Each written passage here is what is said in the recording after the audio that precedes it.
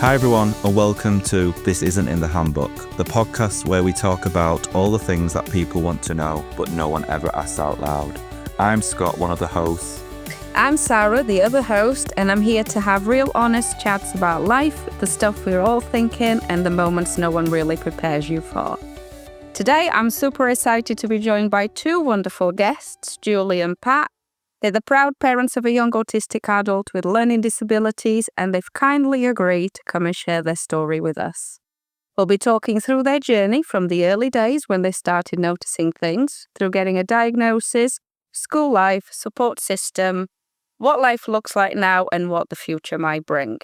We'll keep it light, have a few laughs, and be as real as it gets, because life doesn't come with a handbook, right? So Julie, Pat, welcome to our podcast. How are you both doing? We're good, thank you. Yeah, good, thank you. Thank you for having us. Nice to have you. Right, would you like to start by the early years or diagnosis first? Well, diagnosis was the, when we was first shocked, wasn't it? It was, I can remember you saying it was like having a bereavement. Okay. So as Harry was growing up, what were the first major challenges that you faced as parents? The fact that his speech weren't coming on as it should do, as his brother did. Because Harry's got an older brother. Harry's got an older brother. There's 8 years difference between their ages. So James had experienced all the milestones at the right time, and we noticed that Harry wasn't reaching those milestones. So at that point, were you living in the UK? We were living in Dubai at the time, which was where Harry was born. Wow, okay. So how was your daily life changed once you've had Harry and you've noticed that, the milestones weren't being met? How did the daily life change? In the early days, it didn't change that much, because we could take Harry out and nobody would notice he was a toddler, but we saw the signs of him sort of lining his toy cars up and dropping them into water for visual stimulation, and then the hand flapping, and just around that time is when we decided to seek sort of professional guidance, and that's when we got him diagnosed. Autism wasn't on my radar at all. I thought maybe Harry had ADHD, but never did I think he was autistic. I didn't know anything about autism at the time. I'd not experienced that in my life. So when the consultant had us in their office to give us the diagnosis, which at the time was moderate autism, I didn't believe it. So did you think that they were wrong? I definitely thought that they were wrong, and I took him somewhere else to have another diagnosis. What did you feel was, when the doctor said it was autism, what was the first thought that came to your head? What was the first emotion? No, he's not. Okay. Denial. You were in denial. Definitely denial. But we didn't know what autism was, did we? No, we just never experienced anybody with autism. When in years was this? When how old was he when he? 3. He was just 3 years old. And Harry had started verbalising. He did speak, didn't he, in the early days? Single words. I can remember coming home from work and him going, "Hello, Daddy." But then he regressed. About 4, the words that he did have disappeared.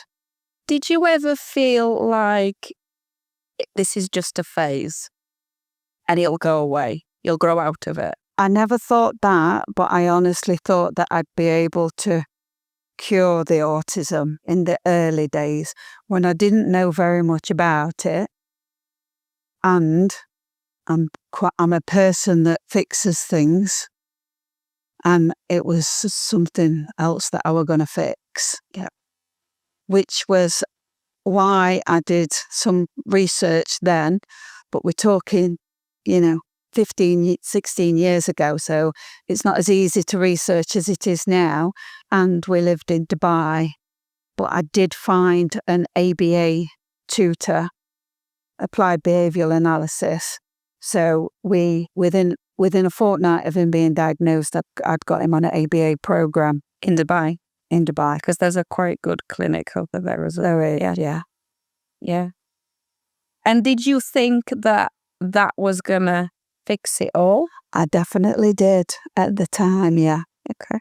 Did you think at any point when you got their diagnosis that the professionals would have all the answers for you? Because you'd got a label, you've got a diagnosis, but obviously there were answers that you wanted. Did you feel that they could give you those? At the time, I just thought they were wrong. And then once we'd had a second diagnosis at Dubai Autism Centre, I then went on the campaign of I can fix this, which now we know you can't. And I think I, as his mum, was in that denial and I'm going to fix this for quite a few years. Yeah. It wasn't an instant thing. And then a few years later, I kind of then started thinking, well, if I can't fix this, I'm going to make his life as good as possible. And I want him to experience everything. And I want him to live a typical life, a normal life. So that then became my focus, that my aim was to get him to live as normal, typical life as possible. How was that for you, Pat? Were you more accepting of the diagnosis? I generally am anyway. But I just didn't know anything about autism. So it was all, it was just the unknown. But I wasn't in denial. Julie definitely was. And she went through, not a stage. In Harry's early life, it was all about trying to get Harry almost a square peg in a round hole, try and get him into a typical school setting, have a normal life. And I understand exactly why, but it was all part of that. Julie coming to terms with it, really. But Julie had I was at work, working long hours, and so Julie had it all to deal with at home, and faced the brunt of it, really. So do you know, like when you went, obviously now I know things are different. So nowadays, if there's any signs that a child might have additional needs, they'll tell you, well, we're going to put you on the list for ADHD or we'll put you on the list for autism. Did they give you any indication what they were assessing Harry for? Not at the beginning, no. I did think it was something like ADHD that were preventing him from meeting his milestones. But I honestly can say when the consultant sat there and said, he's got moderate autism. No. Yeah. When did Harry's behaviour at home, in terms of incidents and aggression, at what point did you start to see that become a little bit more manageable than normal? That was sort of the onset of puberty, really, around 12 to 13. Up until then, Harry had been adorable. Yeah. Well, he still is now, but in a more sort of grown-up way. But he quite quickly became very difficult to deal with. Physically and emotionally. So, like, obviously, Pat, you had yourselves at a stage where you've had one doctor saying, yeah, he's got moderate autism. Then you had the autism centre saying, yep, that is right. You've got Pat going, well, this is the way it is. You've got Julie going, this is not right. How did your family and friends kind of took to it? Did you have any support from them, or did you feel a little bit isolated? We didn't tell people at the beginning, which I now realise we should have done. We kept it to ourselves. We told our parents, but no, we didn't. We didn't make it known to a lot of our friends. Oh, you weren't convinced, were you? You know, and you were still in denial, and you wanted to be, ultra sure before you started telling people. Really, Did you feel that they probably wouldn't accept it and remove themselves a bit, or did you feel like this is definitely wrong, therefore there's no point telling people? To be honest, it's hard to describe the emotions that we felt at the time, but we did sit down and talk about it, and we did decide that we had to come to terms with it before we tried to explain it to anybody else. Because as I say, when we got that diagnosis sat in front of the consultant, I didn't know anything about autism. Was there a reaction of family or friends that stands out to you from when you did tell them? It was gradual. We told people gradually, so there wasn't a big...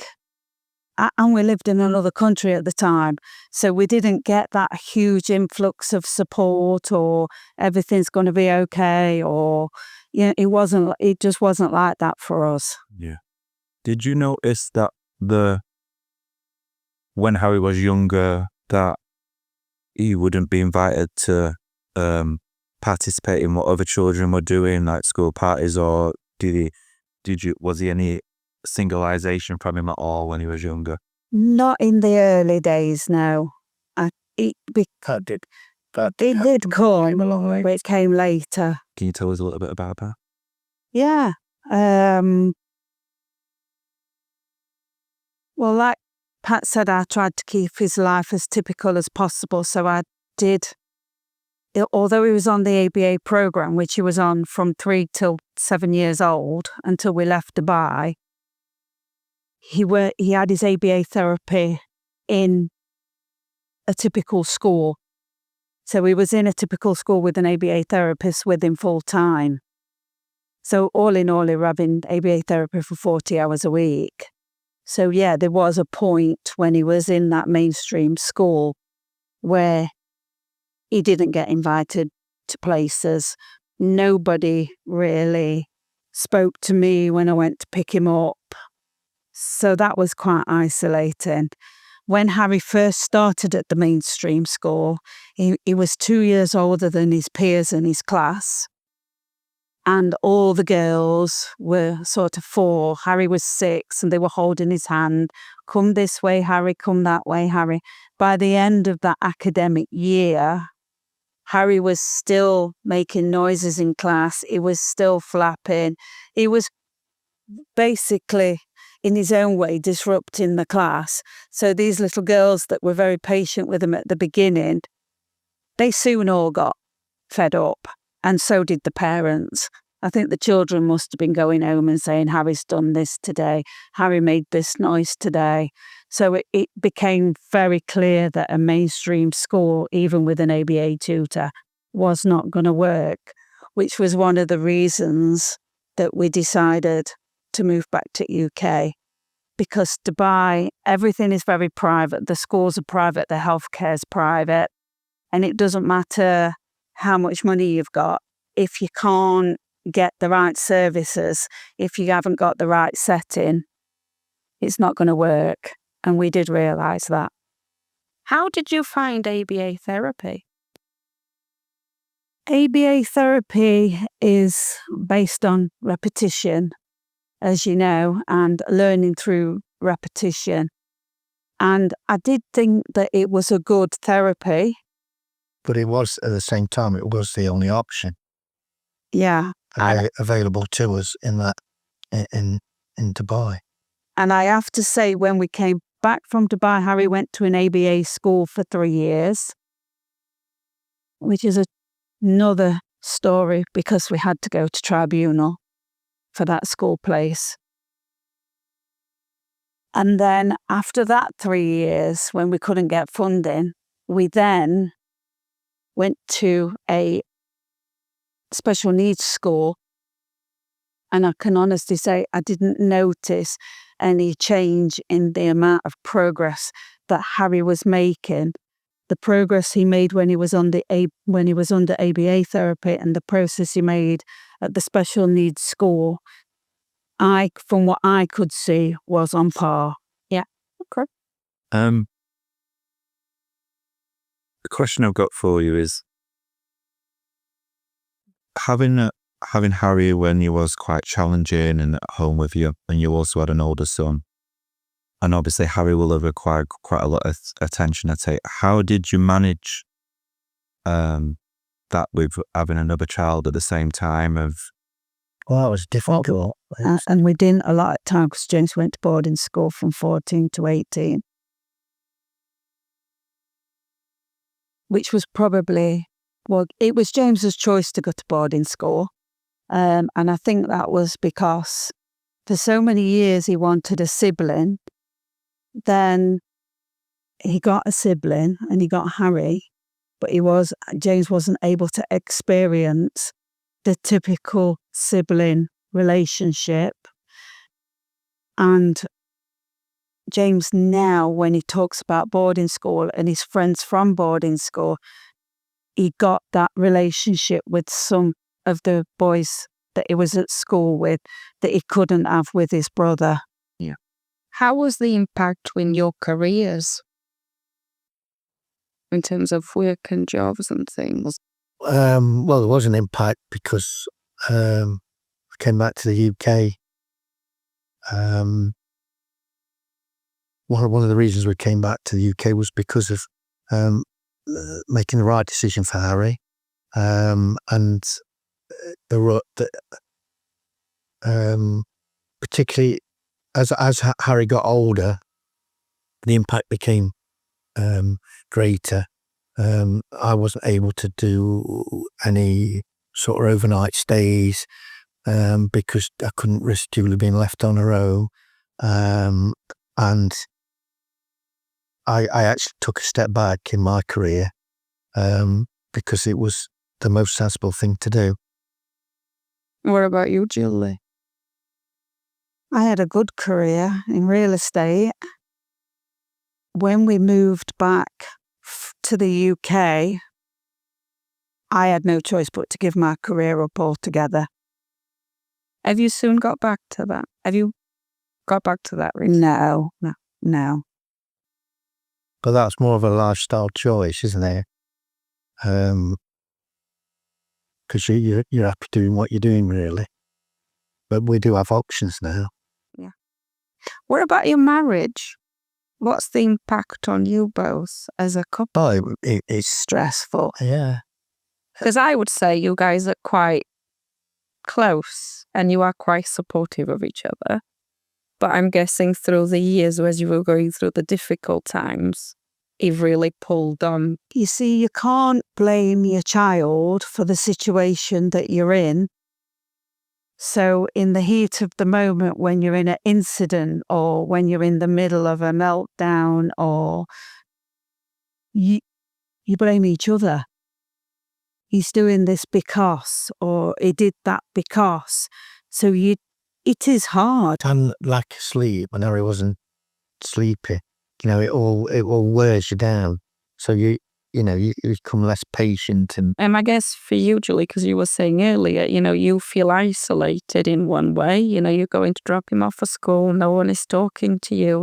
He's still kind of going through all those thoughts and feelings.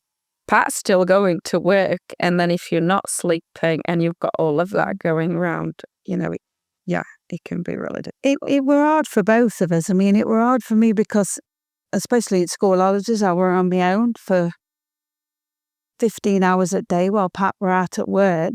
But then Pat would be at work all those hours.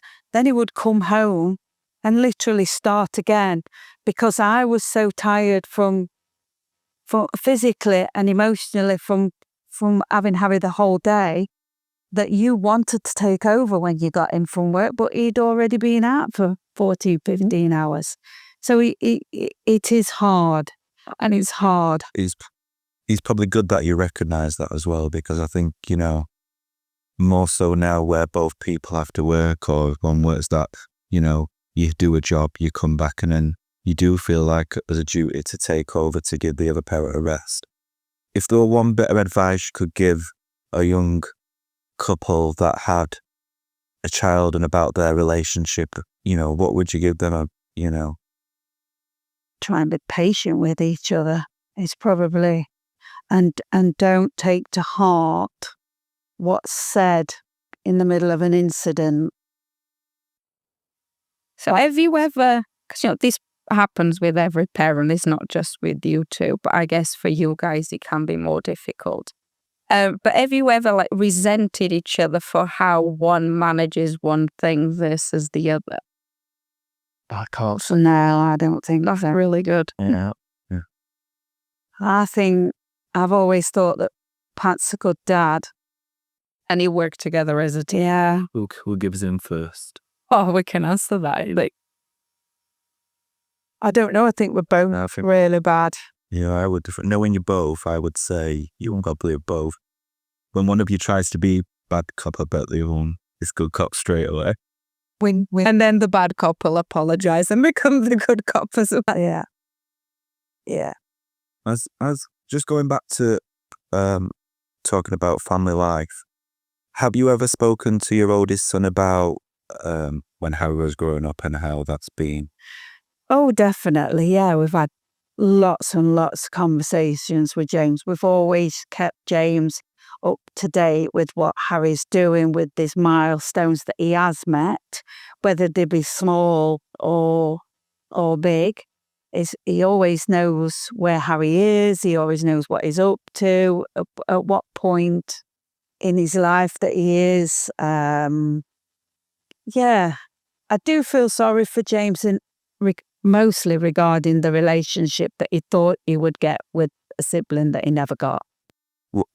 How do you think it would have panned out if you hadn't been fortunate enough to be able to let him go to boarding school? Do you think it would have been a lot more difficult for you? Definitely. Sure. Yeah. Yeah. Yeah. Yeah. 100%. Because I don't know. James went to boarding school when he was 14, so we were just starting his GCSEs. There's no way at that point in time that I would have been able to give James the attention that he needed to help him with his exams or his choices or his day-to-day life that he would have needed at home whilst I was looking after Harry. Yeah. But James doesn't resent Harry. And James actually had a very positive 4 years at boarding school because they did become his, they became I mean, family. he was living in the UK and we were living in Dubai at the time. So that was another significant fact, really. But it was always James's choice to go to boarding school. It was something he wanted to do.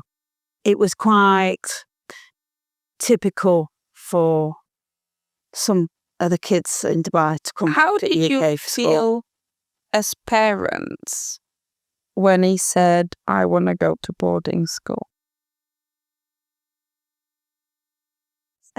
It was something that we'd talked about anyway, so it wasn't out the blue. Okay. That is a very, very personal choice. I now know quite a lot of other parents that are in the autism community, and I can sit here and say from speaking to many, many parents that they have different reasons for having siblings and for not having siblings. I spoke to a parent a few years ago that said she had a second child so that there would always be somebody there to look after her first child with autism. I've heard that a lot from a few parents. Do you think if you had Harry first, you would have had any more children? I still would have wanted more children. Would you be a little bit worried? I would, yeah. Yeah. Yeah, I think that'd be natural. Would you then go for a third? I don't know, because when Harry was small, when he was young, up until he hit puberty, we didn't really have the challenging behaviours. We had the behaviours, the autism behaviours, the odd things, the not communicating, but they were manageable. We could manage them as a family. We went away on holidays. We did lots of family activities. We did all those things when he was little. It wasn't until he got to puberty that things really changed in our lives, and they did change hugely. We went from having a placid, little, beautiful boy to suddenly Mr. Angry. this person that we honestly didn't recognize him. And I remember going to see a psychiatrist in Derby that we'd been referred to by social services, Child psychiatrist. and it was a crisis meeting, and it's something that's always stuck with me. And we sat in that meeting, both of us, and we just cried. Both of us just cried, because we had reached a point where we didn't know where to go. Do you feel that the professionals around the table fully understand how difficult it can be? No. Some do, but there's a lot that don't. But I also genuinely believe that it's very hard. The end of the spectrum that our son's at, it's very hard to describe to anybody, even other parents of autistic children. It's still difficult to explain to them how you have to live your life, because it's so severe. It's so different, and it's completely off the realms of what people can imagine. Because initially Harry was diagnosed as moderate, and when we came back to the UK, he was re-diagnosed as severe, and that's with ADHD and the severe learning disability. And I know some parents might have different views on this, but do you believe Harry was born with autism? Yeah, I do. And like I've met a lot of parents that go through people react differently to the diagnosis. So some people may describe it, like you said, it's grief. You go through this process of grief. But I had another set of parents before that blamed themselves for years. Have you ever felt that way, or you just no? Okay, because I've heard of a lot of parents before saying, I think it was that holiday I went when I was pregnant, or I think it was that thing that I did, or I think it's just the cards that you dealt in life. Yeah, that you have to deal with. And, whether that for some parents, it can be a terminally ill child. Harry's got his health, and that's something that, I'm thankful for every day. It's just life. It's life. We've never gone down the blame game, have we? Yeah, I think, because in this day and age now where social media and the perfect family image, what young couples and, it's all for social media to portray that image, are under so much pressure to be able to, film the children, put them on and stuff. It's probably a different world now to obviously where it was then. During that period of crisis, obviously, you've mentioned psychiatrists, and I'm sure there was a number of people coming into your house, like, some people do when they do assessments and things. What was the piece of advice that everybody would give you that they felt was supportive, but for you guys felt it wasn't useful at all? You probably heard many. Oh, I don't know how to answer that. Advice. So, for example, like I was saying to you earlier, so the current criticism I'm getting is he's like that because you don't have a sibling or you're spoiling too much. I get this all the time. obviously I know better. I live with him every day. And I just feel sometimes the unsolicited advice is not required. I'm sure you've heard loads. Yeah, I think, it's just a phase. It's just showing off. Have you heard that my neighbour's daughter didn't speak until she was 12? Yeah. I've heard that one before. The thing that you hear most is, oh, my brother's sister's got an autistic child, so we know what it's like. No, you don't. Yeah. Everybody seems to now know somebody that's got autism. As when I said earlier, when Harry was born, we didn't know anything about autism. Did you find that the knowledge of autism in Dubai is at the same level as what it is in the UK? Professionally, I would say that it is. But then I think, like us, anybody that had an autistic child would then come back to UK. Right. To get the support. So I think the professionals out there are aware. But that particular place is not, it's not for anybody that's not. It certainly wasn't when we were there. Yeah. I don't know what it's like now. Do you feel that that people underestimate just how hard it can be? Oh, yes. Yeah, because I think Harry is my son, and I don't want him to come across to people as being a bad child or being, the cause of problems. So you don't always tell people exactly how bad it is, because why would you want to make your own child sound bad? So you tend to keep it to yourself. So how can people understand what you're going through when really you're not telling them everything? Did you ever, because obviously you mentioned you've always wanted Harry to have a typical life and as typical as he could be. So you've always taken him on holidays and you take him out shopping, you took him everywhere. Have you ever experienced situations in public where you've been challenged by others, you've been stared and judged at? How did you manage that? Often, many, many, many times. But I think as time goes on, you get a thick skin. And It's so difficult. it is still difficult. The one person it's most difficult for is James. Okay.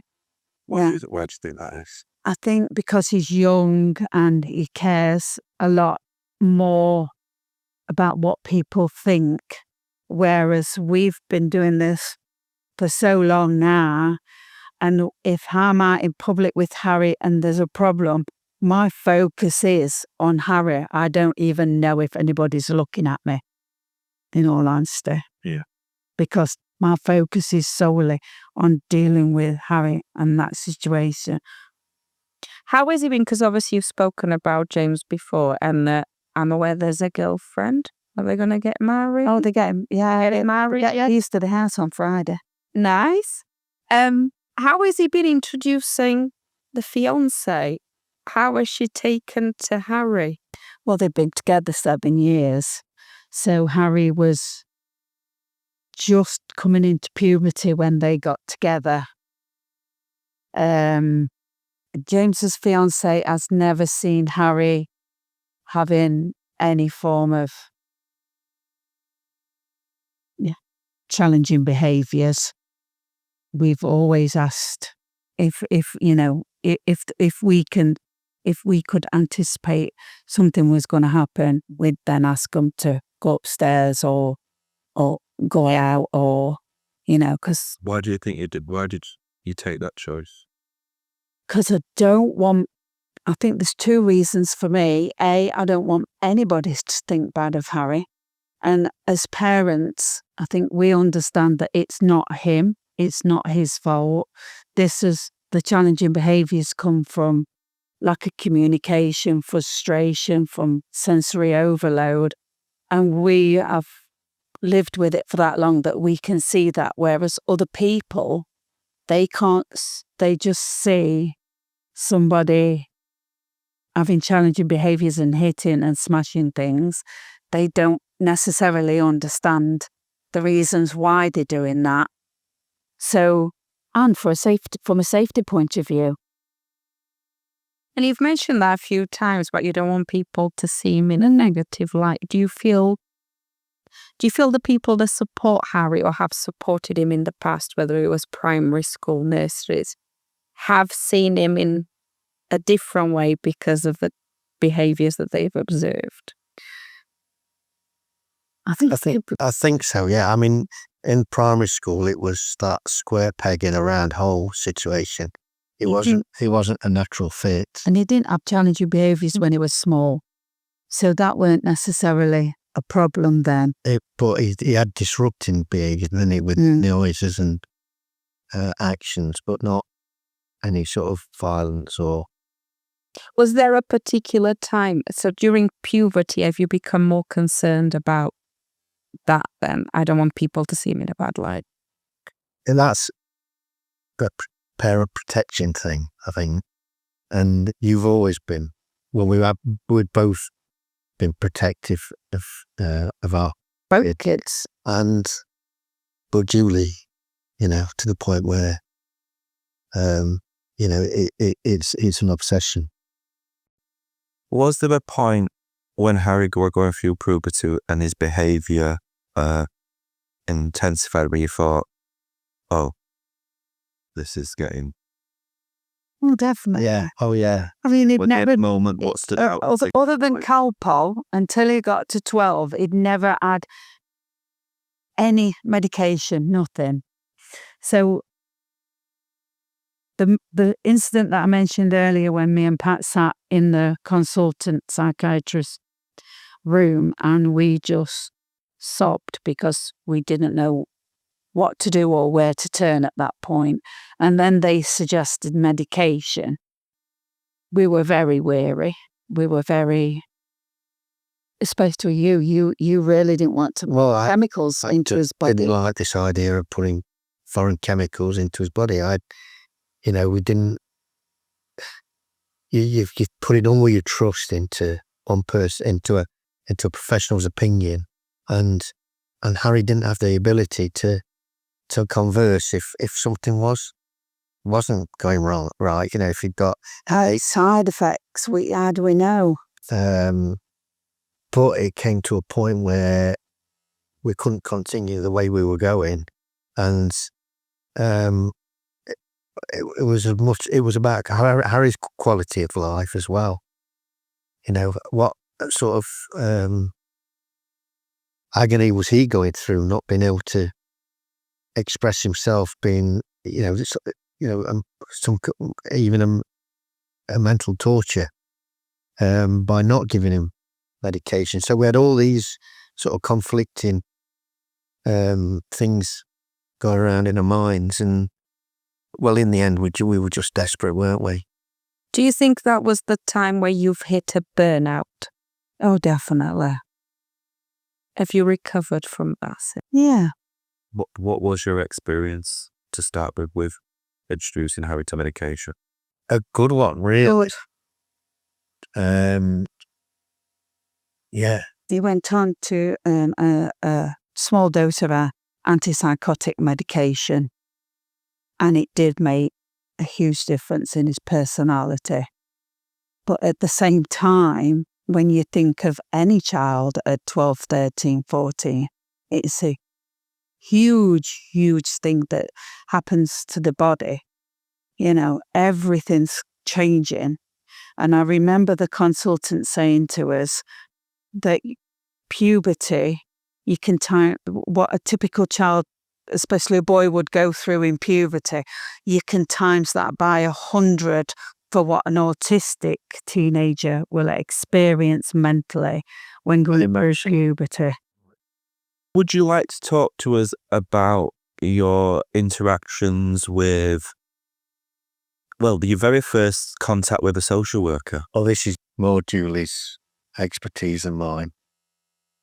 Because Pat was always at work and I gave up my career when we moved back to this country when Harry was 7, I was very naive about the whole system regarding social care, even finances. I knew nothing. And we've been out of the country and out of the system for 8.5, nearly 9 years. So because I'd got Harry into the ABA school and I did the transport, because we didn't get funding for the school. So for the 3 years that Harry attended the ABA school, we were fighting the council to get funding. So that was, there's no other way to describe it, but it was hell on earth. Expensive, but emotionally draining to the point of it making me ill. I was so ill at that time. I wanted him to continue with ABA therapy, so I was determined that he was going to go to the school. The school accepted him. He started, and the first year's fees were paid. It was a private ABA school, so it was obviously expensive. Thinking that we would then get funding. People had said to me when we lived abroad, come back to UK, you'll get more help. The government will be more supporting of you as a family. They'll help your son. Education is better. So I thought, I'll start this journey and everything's going to be all right and everybody's going to support me. What I found was absolutely the opposite of that. The council didn't want to pay for the ABA school. We ended up going to tribunal in London. We had to hire an educational psychologist, a speech therapist, a barrister, and a occupational therapist that all provided reports for the tribunal. The council also sent a barrister to fight against us, and ultimately we didn't get the school named in section 4 of his, well, it was still a statement then, which is now an EHCP, but they rewritten Harry's whole statement, what he required. The council still was adamant that they could provide that. They didn't have on-site speech therapy or occupational therapy, and it was written into his statement that he had 2 hours a week of each. So I knew they couldn't provide it. So we kind of had to think, well, how long can you sustain paying for a private school?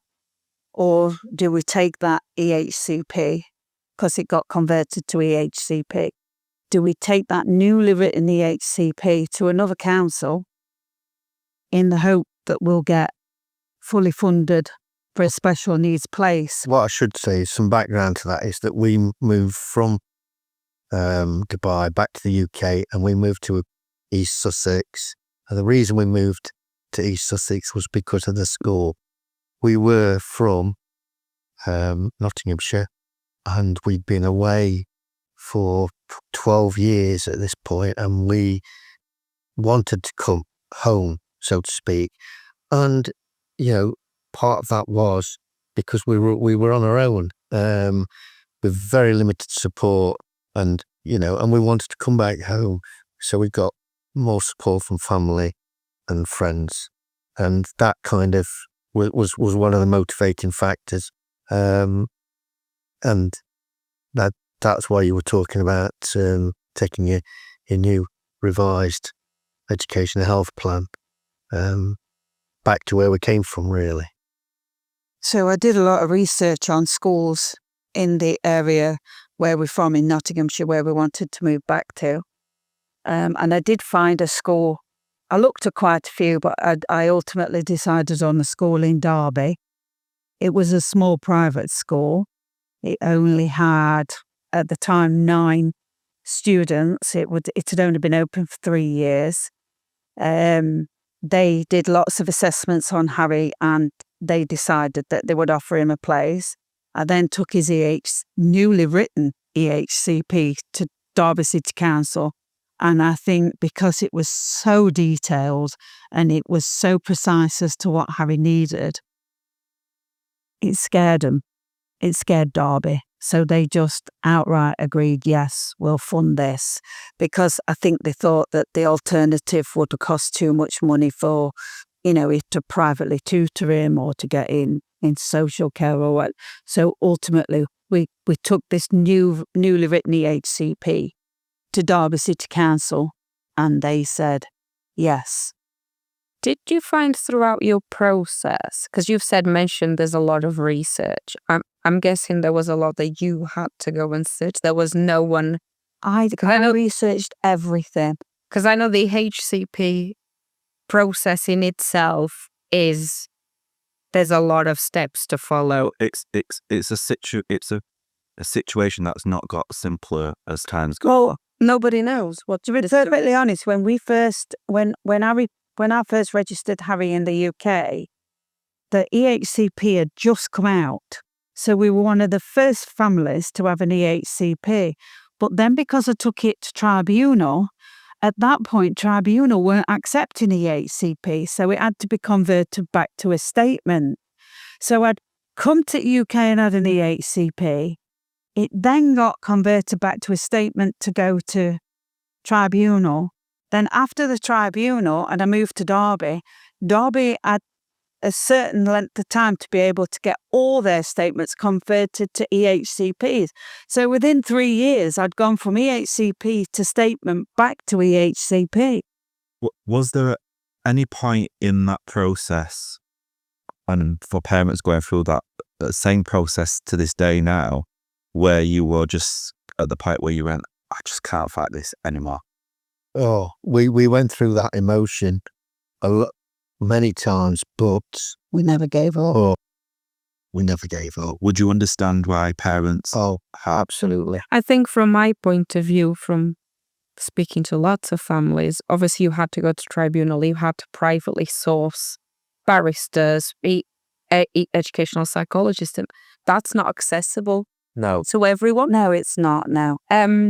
What advice do you think you would give a family that are going through that process with that fight, if you could give them any words of reassurance? Keep going, because I genuinely believe that the council look at things. This is what I believe. So this is only an opinion from me. This isn't anything other than my opinion. I just want to make that quite clear. I think it's a numbers game for them. If you've got 100 children that want to go to a certain school and they make it difficult to accept those 100 children because it's too expensive, these families, like us and many others, are dealing with so much at home that you haven't got enough fight left in you to then fight to get your child in that school. So out of that 100, they might lose 50 at that first hurdle. And them 50 children will then go to a lower fee paying school where they probably don't get occupational therapy and speech therapy that they need, but they simply haven't got enough fight left in them with what they're dealing with at home. Or if they don't have the funds to continue fighting. Yeah, privately, yeah. So they've already cut the budget there. So then it'll go to another level. And a lot of people can't deal with the thought of going to tribunal, again, because they've got too much going on.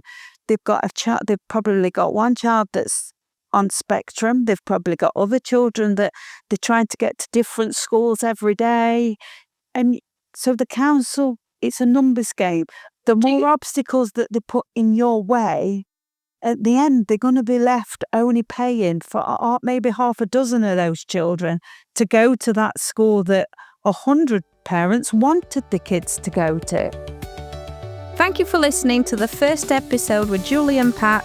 Please stay tuned in for part 2 that will be released in a couple of weeks. Please ensure you like and share and check our social media and our Spotify account. Thank you.